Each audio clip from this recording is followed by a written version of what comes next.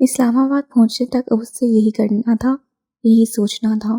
گاڑی سٹارٹ ہوئی تو ریان شرازی کی سوئی ہوئی معصوم آنکھوں میں حیرت سے ابھر آئی۔ جانے پہچانے سے چہرے کہیں گم ہو گئے تھے۔ حرکت کرتی کسی شے میں سواری کا پہلا تجربہ تھا۔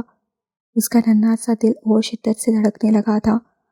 پہلے پہل تو وہ نہیں رویا، اوپری لب نیچے لب میں دے کر قابو پانے کی کوشش کی، مگر پھر وہ ڈر گیا، بہت بری طرح سے ڈر گیا۔ بڑی بڑی سی معصوم آنکھیں بھر آئیں۔ اس کی عمر جتنا مذہب بالکل ختم ہو گیا اور اس نے ایک دم سے رونا شروع کر دیا۔ حماد شرازی کا بیٹا۔ قلب کے بھاٹے سے آگ کے شعلے نکلے اور فارس کے وجود پر پھسل گئے۔ اسے طویل سانس لیتے شیشہ کھول دیا، بٹن کھول دیا، اپنا رخ شیشے کی طرف کیا۔ اس کے اندر کا شور ایک دم سے بڑھ گیا۔ رونے کی ایک آواز پہلو سے تھی اور دوسری آواز ماضی سے آ رہی تھی۔ ایک لہجے کے لیے اس کا وجود شعلوں کی لپیٹ میں آ گیا۔ وہ ایک لہجہ اندھیرا بن کر اس کے دل و دماغ کی مثبت روشنی کو نکل کر وحشت اور بے سکونی کی دلدل میں اتار گیا۔ ایک لہجے میں سب بگڑ گیا، سب بدل گیا۔ Shut up, just shut up. Steering wheel پر گرفت جمائے وہ پلٹ کر ریان شرازی پر دھاڑا۔ وہ اس کے اس طرح چیخنے پر اور زیادہ رونے لگا۔ اس کی سمجھ میں بالکل نہیں آ رہا تھا یہ کیا ہو رہا ہے، کیسے ہو رہا ہے، کیوں ہو رہا ہے۔ اپنی جگہ سے ہلنے کی کوشش کی، ایک ہی ہاتھ سے بیلٹ کو کھینچنا چاہا۔ پھر وہ اس شدت سے رویا کہ آس پاس کا ہر شور ختم ہو گیا۔ ٹریفک کی آواز بھی معدوم ہو گئی۔ صرف ریان کی آواز تھی جو رہ گئی، صرف ریان کا شور تھا جو ٹھہر گیا۔ دڑار پھٹ چکی تھی، ہول چٹک گیا تھا۔ آگ اندر باہر ہر طرف آگ جیسی کیفیت تھی۔ اسٹیئرنگ وہیل پر اس کی گرفت پھٹ گئی۔ اس کی حالت پر کسی نے کہکا لگایا۔ اس کے درد پر کوئی ہنستے ہوئے اس کی گردن تک آ گیا۔ جسے مار دینا چاہیے اسے ساتھ لے جا رہے ہو۔ ماضی کا ہر زخم بھرا ہوا، روح اور آنکھوں میں درد نے بسیرے کر لیے۔ حال ختم ہو گیا، زندگی ختم ہو گئی۔ اشتعال میں آ کر اسے ایک جھٹکے سے گاڑی روک دی۔ اسی صلاحیت سے باہر نکلا، پیسنجر سیٹ کا دروازہ کھولا، ریان کو اٹھائے گاڑی کی دوسری جانب بلند اور بالا درختوں اور سبزے کے جھنڈ تک لایا۔ ٹریفک میں بڑے بڑے ٹرک اور ٹرالرز گزرنے لگے تھے۔ ان کا شور بھیانک تھا۔ اس نے ریان شرازی کو وہیں چھوڑ دیا، جھٹک دیا، نفرت سے، غصے سے، بے انتہا اذیت میں آ کر، آگ میں سلگتے ہوئے اس نے اس بچے کو وہیں چھوڑ دیا۔ ریان پہلے خوفزدہ تھا، اب کے محتوج سا بھکلا کر روتے ہوئے زور زور سے چیخنے لگا۔ فارس شرازی نے گاڑی کی جانب قدم بڑھا لیے تھے۔ ریان شرازی پیچھے رہ گیا تھا۔ مجھے سنو، جیسے کوئی بارش کو سنتا ہے، نہ توجہ سے اور نہ بے خیالی سے، دھیمے قدموں کی خاموش آہٹ میں، ابر برساتی اس رمجھم کے درمیان، اور ہوا میں گرتے اس پانی کے جیسے ہوا لہرائے ایسے کہ وقت گزرتا ہو جیسے۔ یہ دن ہے کہ اب گزرا چاہتا ہے، وہ رات ہے کہ آیا چاہتی ہے۔ اس موڑ پر موجود دھندلکے کی رنگینی میں، اس موڑ پہ موجود وقت کی بے چینی میں، مجھے سنو، جیسے کوئی بارش کو سنتا ہے۔ مجھے سنے بغیر سنو میں کیا کہتا ہوں۔ کھلی آنکھوں کے ساتھ جیتے جاگتے، پانچ حصوں کو تمام بیدار رکھتے ہوئے، ابر برس رہا ہے دھیمے قدموں جیسے، آواز کی دھیمی سرسراہٹ کے جیسے، ہوا، پانی اور لفظ بنا کوئی آواز کیے۔ یہ جو ہم ہیں اور یہ ماہوں سال و لمحے، نارسا وقت کی گراں بار اداسی لیے، مجھے سنو جیسے کوئی وقت کو سنتا ہے۔ اور گرمیوں کی وہ چھٹیاں کبھی نہیں آئی تھیں، وہ وعدہ کبھی افیا نہیں ہو سکا تھا۔ وہ خوشیوں بھرے پل، معصومیت بھری مسکراہٹیں، وہ آنکھوں کی روشنی اور زندگی کا احساس کبھی لوٹ کر نہیں آیا تھا۔ اپنے آنے والے کل سے قطع بے خبر 14 سالہ فارس واجدان پہلی بار اپنے حالات کو نہیں دیکھ رہا تھا، نہ غموں کو سہ رہا تھا، نہ زخموں کو جھیل رہا تھا۔ اس کے اندر سکون کی سی کیفیت تھی، ایک لمبے سفر کے بعد کہیں پڑاؤ جیسی کیفیت۔ یکے بعد دیگرے 2 گاڑیاں شرازی مینشن کے احاطے سے باہر نکلی تھیں۔ دونوں کا راستہ مختلف، منزل بھی مختلف تھی۔ اس کی گاڑی اپنے سفر میں گامزن ہوئی تو وہ گردن موڑ کر باہر دیکھنے لگا۔ ہاسٹل تک کا سفر 3 گھنٹوں پر مشتمل تھا۔ گاڑی سرسبز درختوں سے گھری ایک طویل شاہراہ پر تھی۔ بلندی سے وہ نیچے اور قدرے دور سے نظر آتی دوسری سڑک کو دیکھ سکتا تھا۔ تاحت نقاب پھیلی ہوئی وادیاں، سبزہ باغات کو دیکھ سکتا تھا۔ اس کے ہاتھ میں نوٹ پیڈ تھا، وہ اس پر کچھ لکھنے لگا تھا۔ چند ایک لفظ تھے، وقت تھا، مہینوں کی مدت تھی اور تاریخ تھی، شیرازی ہاؤس میں واپسی کی تاریخ۔ وہ گرمی کی چھٹیوں میں ضرور آنے والا تھا۔ اسے جنت کے خوابوں میں حقیقت کا رنگ بھرنے کا فیصلہ کر لیا تھا۔ اسے پہاڑوں تک اور دریاؤں تک اور ہر ایک گھاٹی اور وادی تک جانے کا تہیہ کر لیا تھا۔ زندگی کا وہ احساس خوبصورت تھا۔ اسی خوبصورت احساس کو جیتے اسے سر اٹھا کر کھڑکی سے باہر دیکھا۔ دور، بہت دور اور قدرے نچائی میں ایک اور سڑک تھی، اور اسی سڑک پر اسے آغا علی کی جیپ دوڑتی ہوئی نظر آ رہی تھی۔ پہلے پہل اسے وہ منظر ایک دھوکہ، ایک سیراب جیسا لگا تھا، مگر اس نے جو دیکھا وہ حقیقت تھی۔ اس کے تاثرات یکایک بدل گئے۔ آنکھوں میں ایک غیر مفہوم سہ تاثر ٹھہر گیا تھا۔ گاڑی تو خراب تھی اور ریپیئرنگ کے لیے ورک شاپ میں موجود تھی، تو یہ احتیاط مڑ کر پیچھے تک دیکھا۔ گھنے درختوں کا سلسلہ شروع ہوا تو گاڑی اوچل ہو گئی۔ بلندی سے ڈھلوان کا رخ کرتی، گھنے درختوں میں چھپ کر گزرتی ہوئی وہ گاڑی اسے الجھن میں مبتلا کر گئی۔ وہ اعظم شیرازی کے زیر استعمال رہنے والی محظوظ گاڑیوں میں پہلے کبھی سوار نہیں ہوا تھا، نہ ہی ایسا کوئی حکم ملازم کو کبھی دیا گیا تھا۔ اسے چھوڑنے اور لے جانے کی ذمہ داری صرف آغا علی پر عائد تھی۔ صرف وہی اس کے شیڈول اور معاملات سے باخبر رہتا تھا۔ اس کے متعلق جو بھی حکم ہوتا اسے ہی ملا کرتا۔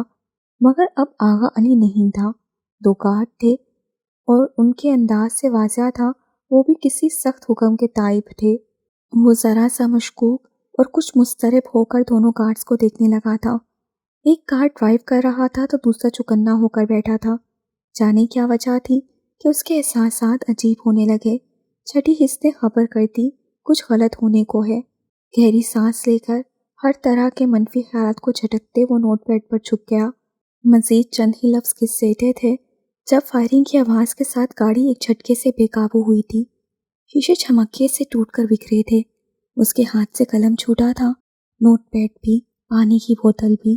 گولی ڈرائیور کا سینہ چیر گئی تھی۔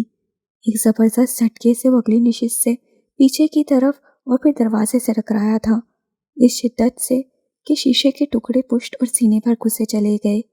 چوٹ سر کے پچھلے حصے پر لگی۔ گاڑی گھومتی ہوئی درختوں سے ٹکرا کر کہیں کھائی میں الٹ گئی۔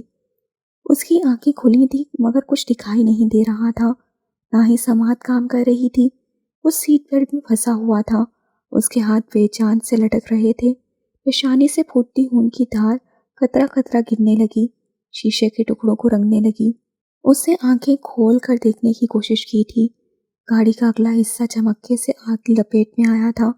دھواں بڑھ گیا، دھواں پھیل گیا، اندر اور باہر ایک جیسی کیفیت۔ بامشکل سانس لیتے اس نے پلکیں جھپکائیں۔ فائرنگ کی آواز پھر سے گونجی، دوسرا گارڈ بھی مارا گیا۔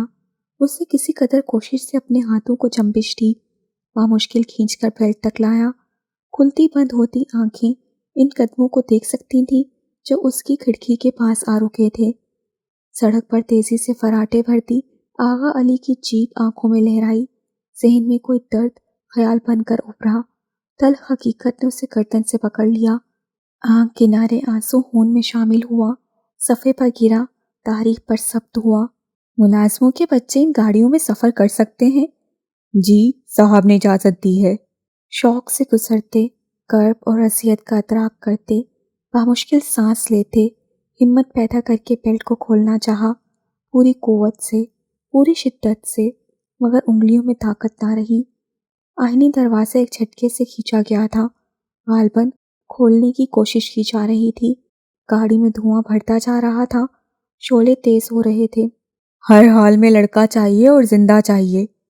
جانے کس نے چنگھاڑ کر کہا تھا۔ دروازہ کھینچنے میں شدت آ گئی تھی۔ گاڑی کے باقی ماندہ شیشوں کو بھاری بوٹ سے توڑا گیا۔ اسے بند ہوتی آنکھیں کھول کر دیکھنا چاہا۔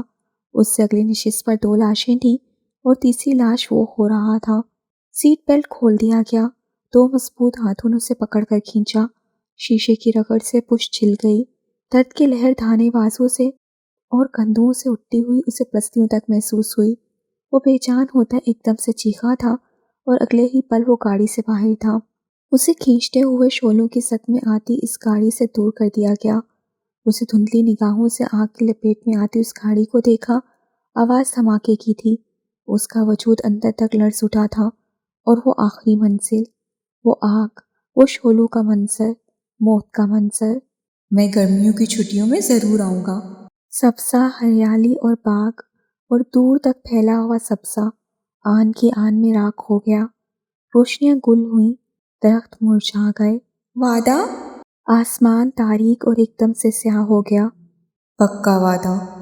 وہ کسی جنت سے کہہ رہا تھا۔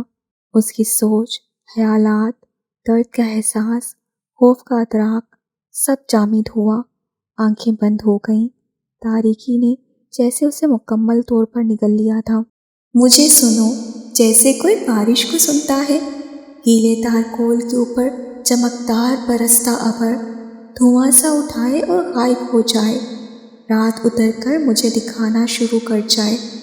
تم ہی تم ہو، اور تمہارا دھمکتا ہوا جسم، تم ہی تم ہو، اور رات جیسا تمہارا چہرہ، تم ہی تم ہو، اور یہ سور آسماں گرد چمک گلی پار کر کے میرے دل و دماغ میں بس گئی۔ قدموں کے نشاں میری آنکھوں کے روبرو ہیں۔ مجھے سنو، جیسے کوئی بارش کو سنتا ہے۔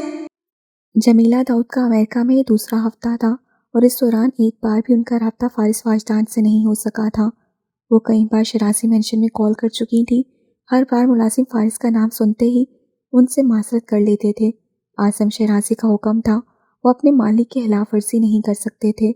انہوں نے عاصم شرازی کو بارہا فون کیا تھا، ان کی منت کی تھی وہ صرف فون پر رابطہ کروا دیں، مگر انہوں نے انکار کر دیا تھا۔ پہلے ہی تم نے اس لڑکے کو سر پر چڑھا کر اچھا خاصا بگاڑ دیا ہے۔ اب جب کہ وہ بورڈنگ اسکول میں سیٹ ہو چکا ہے تو میں مزید کوئی غلطی برداشت نہیں کر سکتا۔ وہ مینہٹن بیچ پر اپنے عالی شان گھر کے دیوار کی کھڑکیوں کے سامنے بے قراری سے ٹہل رہی تھیں، جھٹکے سے رک گئیں۔ آپ نے فارس کو بورڈنگ اسکول بھیج دیا ہے؟ دماغ صدمے سے معاف ہوا تھا۔ انہیں وہ تمام وعدے یاد آ گئے جو انہوں نے فارس سے کیے تھے، وہ خوشیوں بھرے لمحے، امید بھری باتیں، وہ محبت، یقین اور اعتبار کی ساتیں، وہ سب جیسے شیشے کا محل تھا، جھمکے سے ٹوٹ کر انہیں لہو لہان کر گیا۔ بابا، یہ آپ نے کیا کیا ہے؟ وہ تقریباً رو ڈالنے والی ہو گئیں۔ آپ نہیں جانتے، میں جانتی ہوں اسے، بہت حساس ہے وہ، نئے ماحول میں اس طرح ایڈجسٹ نہیں کر پائے گا۔ آپ پلیز اسے واپس بلا لیں۔ جمیلہ! ان کی کاٹدار آواز سے ان کا نام لیا تھا۔ نچلا لب کاٹتے، آنکھوں میں نمی لیے وہ چپ ہوئیں۔ مجھے اس کے ساتھ کیا کرنا ہے اور کیا نہیں، میں یہ بہت اچھی طرح سے جانتا ہوں۔ تمہیں وہاں میں نے اسی لیے بھیجا ہے تاکہ تم اپنے شوہر اور بیٹے پر فوکس کر سکو۔ فارس میری ذمہ داری ہے۔ You stay out of it. آپ کو اس پر ترس نہیں آتا؟ ان کا لہجہ بھیگا ہوا تھا، پیشانی پر ہاتھ رکھے وہ بے بسی کی انتہا پر تھیں۔ وہ آپ کا خون ہے، آپ کے اس طرح اسے رد کر دینے سے اس کی حقیقت تو کبھی نہیں بدل سکتی۔ ہاں، یہ حقیقت کہ وہ اس بدنام زمانہ لڑکی کا بیٹا ہے کبھی نہیں بدل سکتی۔ انہوں نے جبڑے بھینچ کر کہا، وہ ہارون کا بیٹا ہے بابا۔ ہارون کی غلطی، ہارون کا گناہ ہے وہ۔ اس قدر اشتعال میں آ کر بات کی کہ وہ اپنی جگہ رک گئیں۔ میں اس نکاح کو مانتا ہوں، نہ ہی اس کے رشتے کو تسلیم کرتا ہوں۔ وہ لڑکا ابھی تک زندہ ہے تو صرف اس لیے کہ میں ہارون کو ان معاملات سے دور رکھنے کے لیے ایسا کرنا چاہ رہا ہوں۔ مجھے مجبور مت کرو جمیلہ کہ میں کوئی انتہائی قدم اٹھاؤں جس پر تمہیں پچھتانا پڑے۔ سخت لہجے میں انہوں نے منترنبا کیا تھا، اس کی ماں کی جو اوقات ہے میں اسے بھی اسی میں رکھوں گا۔ آپ آرزو کا غصہ فارس پر کیوں نکال رہے ہیں؟ میں کسی کا غصہ کسی پر نہیں نکال رہا، جو ہونا چاہیے وہی کر رہا ہوں۔ وہ لڑکا ہمارے خاندان کا حصہ کبھی نہیں بن سکتا، کبھی نہیں۔ ان کی بھاری روبدار آواز ان کے حتمی فیصلے کا غماز تھی۔ انہوں نے غصے میں کال کاٹ دی۔ جمیلہ ہاتھوں میں فون لیے بیٹھی رہ گئی تھی، حلق میں آنسوؤں کا پھندا اٹک گیا تھا۔ اس رات وہ باوجود کوشش کے سو نہیں سکی تھیں، رہ رہ کر فارس کا خیال آتا رہا۔ گزشتہ 6 سال ثانیوں میں سمٹ کر آنکھوں میں گھومتے رہے۔ انہیں اپنی بے بسی پر غصہ، ان حالات پر، ایسے رشتوں پر، ان کی سوچ پر غصہ آتا رہا، رونا آتا رہا۔ وہ اتنی مجبور کیوں تھی؟ ان کے بس میں کچھ کیوں نہیں آتا تھا۔ اٹھ کر گھر میں ٹہلتی رہی۔ تم جاگ رہی ہو ابھی تک؟ ہارون کی آنکھ کھلی تو انہیں کھڑکی کے سامنے دیکھ کر پوچھے بنا نہ رہ سکا۔ وہ مڑ کر انہیں دیکھنے لگی۔ وہ اس کی سگی ماں نہیں تھی، پھر بھی اس کے لیے بے چین ہو رہی تھی، اور وہ اس کا سگا باپ ہو کر بھی سکون کی نیند سویا رہا تھا۔ کچھ نہیں، ایسے ہی نیند نہیں آ رہی تھی، بلکہ جھپکا کر آنسوں کا اثر سائل کرتی وہ روح بدل گئی تھی۔ بات کرنے کا کوئی فائدہ نہ تھا۔ دونوں باپ بیٹوں کے پاس اپنے اپنے موقف کی ٹھوس دلیلیں تھیں، اور وہ چاہ کر بھی ان دلیلوں کو رد نہیں کر پاتی تھیں۔ کیا تم جانتے ہو بابا نے فارس کا ایڈمیشن بورڈنگ اسکول میں کروا دیا ہے؟ اگلے دن جیسے ہی حماد اسکول کے لیے روانہ ہوا، انہوں نے ناشتے کی ٹیبل پر ہارون سے کہا۔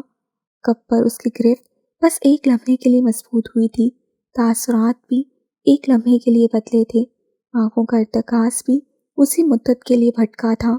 چند لمحوں کا کھیل، چند ثانیوں کا قصہ تھا، اور ہارون شیرازی نے گزشتہ 7 سالوں کی طرح اب بھی خود کو سخت پتھر کر لیا تھا۔ بابا جیسا مناسب سمجھے کر سکتے ہیں۔ اسے دوسرے ہاتھ سے اخبار کھول کر پھیلا لیا۔ وہ نیوی بلو 3 پیس سوٹ میں ملبوس تھا، جیل سے بال پیچھے کی طرف جمے ہوئے تھے، تراشیدہ داڑھی چہرے کی وجاہت میں اضافے کا باعث بن رہی تھی، تاثرات سنجیدگی میں ڈھل گئے تھے۔ وہ فارس کو جان سے مار دیں تو کیا آپ تب بھی یہی کہیں گے؟ جمیلہ! ڈائننگ ہال میں ہارون شیرازی کی آواز سخت ہو کر گونجی تھی، آنکھوں کا تاثر پتھریلا ہو گیا تھا۔ کیا میں غلط کہہ رہی ہوں؟ آپ کو غصہ آ گیا ہے؟ جو کچھ وہ سہ رہا ہے آپ اسے زندگی کہتے ہیں؟ ہارون نے مٹھیاں سختی سے کھینچ لی تھی، کپ میز پر پٹک دیا تھا۔ بابا اس کا بہت خیال رکھ رہے ہیں، اسے کسی چیز کی کمی نہیں ہے۔ چیزوں کی کمی نہیں ہے، انسانوں کی تو ہے، رشتوں کی تو ہے۔ اس کے پاس آپ نہیں ہیں، میں نہیں ہوں، اس کی ماں نہیں ہے۔ آرزو سے شادی میری زندگی کی سب سے بڑی غلطی تھی، کیا اس بات کا احساس دلانا چاہتی ہو تم؟ وہ بھڑک اٹھا۔ آپ غلط کیوں سوچ رہے ہیں؟ بالکل ٹھیک سوچ رہا ہوں میں۔ ان کی آنکھوں کی سرخی بڑھ گئی تھی۔ میں آپ سے آپ کے بیٹے کی بات کر رہی ہوں ہارون۔ وہ اپنی جگہ رک گیا، چند ثانیوں کے لیے ایک سکوت سا طاری رہا، جیسے کچھ کہنے کو باقی نہ رہا ہو، لڑنے کو کوئی دلیل، وضاحت کے لیے کوئی لفظ، برات کے لیے کوئی حجت نہ رہی ہو۔ بابا نے کہا ہے میں اسے بھول جاؤں۔ وہ کرسی دھکیل کر اٹھ گیا تھا، اور میں اسے بھولنے کی کوشش کر رہا ہوں۔ کیوں تم بار بار؟ Why do you have to forget your own child؟ وہ روتے ہوئے اس پر چیخ پڑی۔ ہارون منجمد سا اپنی جگہ رک گیا، مڑ کر انہیں دیکھا۔ کیوں ضروری ہے آپ کے لیے اسے ڈس آن کرنا؟ اس خوف سے کہ کہیں بابا آپ کو اپنی تمام جائیداد سے آگ نہ کر دے؟ اس کی آواز رندی ہوئی تھی۔ آپ کو لگتا ہے بابا واقعی ایسا کر سکتے ہیں؟ ایک بار بات تو کریں، اپنے بچے کے لیے کوئی سٹینڈ تو لیں۔ میں وعدہ کرتی ہوں آپ کا پورا ساتھ دوں گی۔ وہ اٹھ کر اس کے پاس آئی، نرمی سے اس کے بازو پر ہاتھ رکھا، کاجل سے لبریز آنکھوں میں ہنسا ٹھہرا تھا۔ ہم اسے یہاں لے آئیں گے، وہ ہمارے ساتھ رہے گا۔ بابا کیا کر سکتے ہیں اور کیا نہیں، یہ مجھ سے بہتر کوئی نہیں جان سکتا۔ اس سے جمیلہ کا ہاتھ اپنے بازو سے ہٹایا، کچھ دیر ان کا ہاتھ اپنے ہاتھ میں لیے کھڑا رہا۔ یہ پہلے میرا اور فارس کا معاملہ تھا، یہ اب بابا اور فارس کا معاملہ ہے۔ تم بھول رہی ہو، مگر مجھے یاد ہے وہ وعدہ جو میں نے بابا سے کیا تھا۔ جمیلہ نے صدمے سے اسے دیکھتے نفی میں سر ہلاتے اپنا ہاتھ چھڑا لیا۔ جمیلہ! انہوں نے الٹے قدم پیچھے ہوتے ہوئے ہاتھ اٹھا کر اسے مزید کچھ ہی کہنے سے روک دیا۔ میں بھی کس میں احساس جگانے کی کوشش کر رہی ہوں؟ نم آنکھوں کے ساتھ کچھ اذیت سے ہنس پڑی۔ آپ نے تو خود اپنے بیٹے کو ڈس آن کیا ہے، آپ نے تو اس کی ایک ملازم کی حیثیت کو سب سے پہلے قبول کیا ہے، اور میں آپ سے بات کر رہی ہوں۔ تعصب اور دکھ سے سر ہلاتی وہ ڈائننگ ہال چھوڑ کر چلی گئی۔ ہارون شیرازی اپنی جگہ کھڑا رہ گیا تھا۔ پاکستان میں رابطے کی ہر کوشش تقریباً ناکام رہی تھی۔ شیرازی مینشن سے تو عاصم شیرازی نے اس کا رابطہ مکمل طور پر منقطع کروا دیا تھا۔ فارس سے متعلق کوئی بھی بات یہاں پر ان تک نہیں پہنچ سکتی تھی۔ وہ پاکستان میں کیسا تھا، کس حال میں تھا، اپنے ہاسٹل میں ایڈجسٹ ہو پایا تھا یا نہیں؟ فکر اور پرواہ کی لے پر اٹھتے کسی بھی سوال کا کوئی جواب نہیں مل سکتا تھا۔ انہیں اپنی زندگی ایک دم سے بہت ادھوری سی لگنے لگی۔ رحم بھرا دل ایک ماں کا دل تھا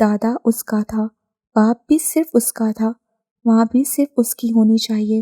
اسے اندازہ ہی نہ ہوا کب کس طرح وہ بے سر سا بچہ حماد کے حواسوں پر سوار ہونے لگا۔ وہ تو ہمیشہ محتاط ہو کر رہتی تھیں، اپنی ذمہ داریوں میں انہوں نے کبھی کوئی کوتاہی نہیں کی تھی۔ حماد کے پاس سب کچھ تھا، اسے محبتوں کی، رشتوں کی کوئی کمی نہیں تھی۔ اس کے باوجود اس کا یہ رد عمل بہت حیران کر رہا تھا۔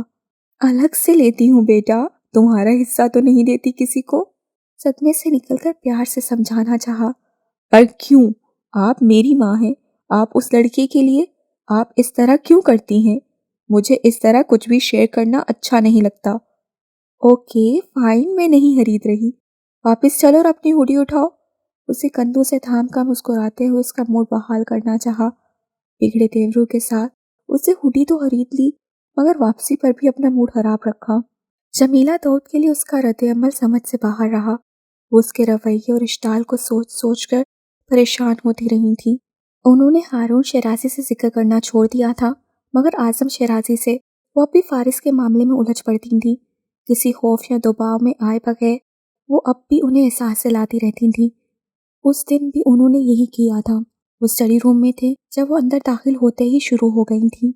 وہ ایک بار پھر فارس کو اپنے اور ان کے درمیان لے آئی تھیں۔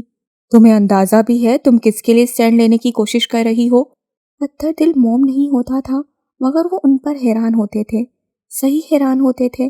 بھلا جو سوتیلی ہوں وہ سگو جیسا برتاؤ کیسے کر سکتی ہیں؟ میں تمہیں بہت ذہین سمجھتا تھا مگر غلط تھا۔ بے حسی ذہانت ہوتی ہے۔ ایک ماں اپنی اولاد کی خاطر بے حسی اچھی لگتی ہے۔ انہوں نے اعظم شیرازی کو تعصب سے دیکھا۔ جس بچے کی تمہیں اتنی فکر ہو رہی ہے، ذرا سوچا ہے کل وہ حماد کے لیے تمہارے لیے کتنی پرابلمز کھڑے کر سکتا ہے؟ اور یہ جو ظلم ہم سب مل کر اس پر کر رہے ہیں، آپ کا خیال ہے یہ ظلم ہماری زندگیوں میں آسانیاں لائے گا؟ اعظم شیرازی نے لب کھینچ کر اپنی بہو کو دیکھا۔ تمہیں سمجھانا ناممکن ہے۔ انہوں نے تسلیم کیا۔ آپ اس پر بہت ظلم کر رہے ہیں۔ اعظم شیرازی نے رخ موڑ کر انہیں دیکھا، کتاب رکھ کر ان کے پاس آ گئے۔ تمہیں لگتا ہے میں اس پر کوئی ظلم کر رہا ہوں؟ سوالیہ ابرو اٹھائے کچھ سنجیدگی مگر تخیر سے بولے۔ وہ خاموش رہیں۔ میں اسے اڈاپشن کسی کو گود لینے کے لیے دے سکتا تھا، کسی بھی ملک میں اسے بھیج دیتا، کسی ایسی جگہ جو پاکستان سے بہت دور ہوتی۔ ان کی آنکھوں سے نفرت کی چنگاریاں پھوٹ رہی تھیں اور لہجہ برفیلا ہو رہا تھا۔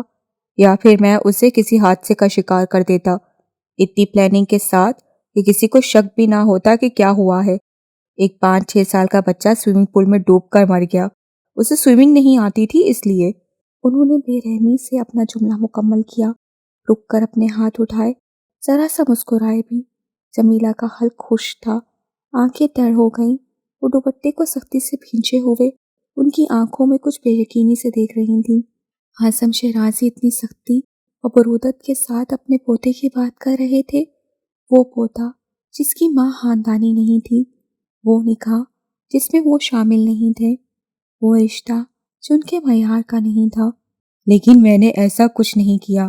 یو اسٹل تھنک کہ میں اعظم شیرازی اس پر ظلم کر رہا ہوں؟ وہ جھوٹ نہیں کر رہے تھے، وہ ایسے ہی تھے، ہر بات واضح کر دیتے تھے، کہہ رہے تھے تو ایسا کر بھی سکتے تھے۔ ان کا ایک ایک لفظ ان کے سخت ارادوں کی طرح ان کی شخصیت کے ہر پہلو کو ان پر عیاں کر رہا تھا۔ حماد کے علاوہ تم کسی اور کے لیے فکر کرتی ہو تو مجھے اچھا نہیں لگتا۔ انہوں نے بہت نرمی اور پیار سے ان کے بازو پر ہاتھ رکھا۔ ہماری فیملی مکمل ہے جمیلہ، تم اسے ادھورا کرنے پر کیوں تلی ہو؟ وہ آنکھوں میں نمی لیے سر جھکائے رہیں، بازو تھپ تھپا کر وہ آرام چیئر پر پرجمع ہو گئے۔ ابھی تو آپ اسے ایک تھریٹ کے طور پر دیکھ رہے ہیں بابا، لیکن آنکھوں میں نمی لیے وہ دانستہ رکی۔ انہوں نے یوں ہی سر اٹھا کر انہیں دیکھا۔ لیکن جب کبھی آپ کا دل اس کے لیے نرم پڑا تو آپ پر آپ کے رویے اور ان فیصلوں کا پچھتاوا کتنا بھاری پڑ جائے گا۔ وہ فائل کھولتے ہوئے مسکرا دیے۔ میں اپنے فیصلوں پر کبھی نہیں پچھتایا، اچھی طرح جانتا ہوں میں کیا کر رہا ہوں اور کس لیے کر رہا ہوں، تمہیں فکر کرنے کی ضرورت نہیں ہے۔ وہ چند لمحوں تک انہیں دیکھتی رہیں، پھر بوجھل دل کے ساتھ جانے کے لیے مڑ گئیں۔ ہاں، وہ کیوں پچھتائیں گے؟ جب اسے اپنا خون تسلیم ہی نہیں کیا تو یہ احساسات کیوں کر بیدار ہو سکتے تھے؟ رحم کیسے جاگ سکتا تھا؟ محبت کیسے ہو سکتی تھی؟ کیا میں چاہوں گا اس گھٹیا عورت کی نشانی میرے بیٹے کی زندگی میں موجود رہے؟ فارس کی پہچان ان کے نزدیک صرف اور صرف اس کی ماں تھی۔ وہ آرزو جہانگیر کا خون، آرزو جہانگیر کا بیٹا تھا۔ اس دن کے بعد سے انہوں نے دوبارہ کبھی اعظم شیرازی سے فارس سے متعلق کوئی بات نہیں کی تھی۔ اعظم شیرازی امریکہ آتے تو 2-3 ماہ گزار کر ہی جاتے۔ فیملی گیدرنگ، آؤٹنگز، کچھ آفیشلز کے ساتھ ڈنر، کچھ تقاریب میں شرکت کرتے، میٹنگز اٹینڈ کرتے اور چلے جاتے۔ حماد شیرازی میں ان کی جان اٹکی تھی۔ وہ خاص طور پر اس کے لیے آتے تھے۔ شیرازی انٹرپرائزز کا ہیڈ کوارٹر پاکستان میں تھا تو وہ زیادہ تر پاکستان میں ہی رہنا پسند کرتے، پر جب بھی آتے ان کی ایک محسوس سی روٹین ہمیشہ انہیں الجھا دیتی۔ وہ ویکینڈ پر خصوصاً پاکستان کال کرتے، ہر ایک رپورٹ لیتے، مختصر اور جامع بریفنگ، مگر آغا علی سے ہمیشہ ان کی تفصیلی بات ہوتی۔ وہ فون کان سے لگائے خاموشی سے سنتے جاتے اور آخر میں چند ایک حکم ہوتے اور کچھ ضروری باتیں۔ وہ اچھی طرح جانتی تھی فارس کی تمام تر ذمہ داریاں انہوں نے آغا علی کو سونپی تھیں، اور یہ طویل کالز بھی اسی سلسلے کی ایک کڑی تھی۔ انہیں ہرگز علم نہیں تھا کہ وہ فارس کے معاملات اس طرح سے دیکھتے ہیں، اس پر ایسے اور اس طرح نظر رکھتے ہیں۔ کیا ایک 13 سال کے لڑکے سے انہیں واقعی میں کوئی خطرہ پیش آ سکتا ہے؟ وہ سوچتی اور حیران ہوتی۔ یہ ان کا رویہ ہی تو تھا جو فارس کو شیرازی خان سے متنفر کر رہا تھا۔ نفرت کی جڑ ان کی وجہ سے مضبوط ہو رہی تھی۔ عناد کی یہ دیوار انہی کی وجہ سے قائم ہو رہی تھی، اور انہیں یہ لگتا تھا کہ خطرہ فارس کی طرف سے ہوگا۔ پہل تو وہ خود کر رہے تھے۔ وہ اس معصوم دل میں عداوت کو خود اپنے رویے اور فیصلوں سے پروان چڑھا رہے تھے۔ انہیں یہ بات سمجھ میں کیوں نہیں آتی تھی؟ کسی کو آپ نفرت دیں تو بدلے میں وہ آپ کو محبت تو نہیں دے گا بابا۔ انہوں نے بغیر کوئی حوالہ دیے یوں ہی کہہ دیا۔ وہ مینہٹن بیچ پر ٹہل رہے تھے جب حماد کے ان سے قدرے دور ہونے پر جمیلہ داؤد نے کہا۔ انہوں نے گردن موڑ کر اپنی بہو کو دیکھا۔ تمہیں لگتا ہے مجھے اس 3rd کلاس عورت کے بیٹے سے کوئی محبت چاہیے؟ ان کا لہجہ ایک دم سے استضاعیہ ہوا۔ آپ بہت غلط کر رہے ہیں، نہ چاہتے ہوئے بھی کہہ گئیں، سر جھکا کر، نظریں گرا کر۔ یہ تو وقت ثابت کرے گا میں کتنا صحیح اور کتنا غلط ہوں۔ جیبوں میں ہاتھ ڈالتے وہ دھوپ میں بالکل سامنے دیکھنے لگے۔ ایک دن تم بھی تسلیم کرو گی کہ میرا ہر فیصلہ درست تھا۔ آہستگی سے قدم اٹھاتے آگے بڑھ گئے، اور جمیلہ داؤد ہمیشہ کی طرح اپنے ہی ہول، اپنے ہی دائرے میں، اپنی ہی فکروں میں سمٹی کھڑی رہ گئی تھیں۔ مسز دورانی نے شیرازی ہاؤس میں منعقد ہونے والی اس دعوت میں اعظم شیرازی کا بھرپور جائزہ لیا تھا۔ ان کا سینہ چوڑا تھا، کمر بالکل سیدھی، پیٹ اندر کو تھا، روبدار اور گریسفل سی شخصیت تھی، بے تحاشا بھورے بال جن میں کہیں کہیں سیاہی بھی جھلکتی تھی۔ سیاہ اور سفید کا یہ امتزاج ان کی شخصیت کی جاذبیت میں اضافے کا باعث بنتا تھا۔ وہ خود کو بہت فٹ رکھتے تھے۔ انہیں دیکھ کر آج بھی کئی خواتین کے دل دھڑک اٹھتے تھے۔ ان کا خیال تھا کہ آج بھی اگر وہ ان کے رشتے کی بات کریں گی تو انہیں بہترین سے بہترین رشتہ مل سکتا ہے۔ کھانے کی میز پر انہوں نے ایسے ہی ذکر چھیڑا تو وہ ہنس پڑے۔ جمیلہ انہیں دیکھ کر رہ گئیں، گو کہ ان سے ناراض تھیں اور بہت کم بات کرتی تھیں، مگر مسز دورانی کی بات پر جس طرح وہ ہنسے انہیں نظر انداز نہیں کر سکی۔ وہ انہیں اپنی شخصیت سے کچھ مختلف سے لگے۔ وہ بہت کم ہی ہنسا کرتے تھے، زیادہ تر ان کے تاثرات صرف حماد کی موجودگی میں ہی خوشگوار ہوا کرتے تھے۔ کیا میں آپ سے کوئی غلط بات کہہ رہی ہوں جو آپ اس طرح ہنس رہے ہیں؟ بھائی، آپ کو کوئی خاتون انکار نہیں کرے گی، لکھوا لیں مجھ سے۔ اس اسٹیٹس اور جائیداد کے ہوتے ہوئے واقعے میں کوئی خاتون انکار نہیں کرے گی۔ ہارون ایک لمحے کے لیے ساکت ہوا تھا۔ چمچ ہاتھ میں لیے اس نے ذرا سی نظر اٹھا کر باپ کو دیکھا۔ کوئی ایسی خاتون آپ کو مل جائے جسے آپ یہ بتائیں کہ میں خالی ہاتھ ہوں، میرے پاس کچھ نہیں ہے، اور وہ پھر بھی میرے ساتھ رہنے پر آمادہ ہو جائے اس لیے کہ میں اپنے اصولوں کا پابند اور اپنی بات پہ قائم رہنے والا انسان ہوں، تو پھر کچھ سوچا جا سکتا ہے۔ معمول کے برعکس وہ کچھ خوشگوار موڈ میں لگ رہے تھے۔ تو آپ یہ کہیے نا کہ آپ شادی ہی نہیں کرنا چاہتے۔ مسز دورانی برا مان گئیں، سبھی ہنس پڑے۔